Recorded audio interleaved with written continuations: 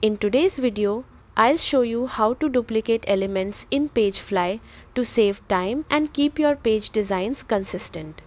Start by opening your web browser and going to the Shopify website. Log into your Shopify account using your credentials. Once logged in, you'll be inside the Shopify admin dashboard.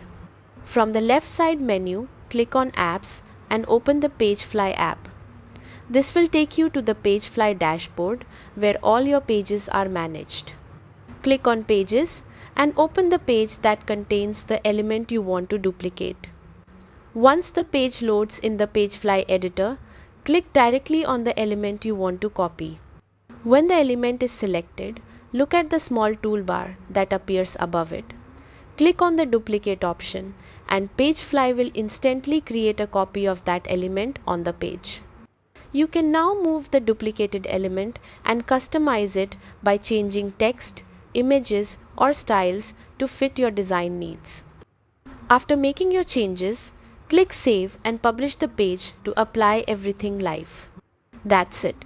You've successfully duplicated an element in Pagefly, making it faster and easier to build consistent layouts across your Shopify store.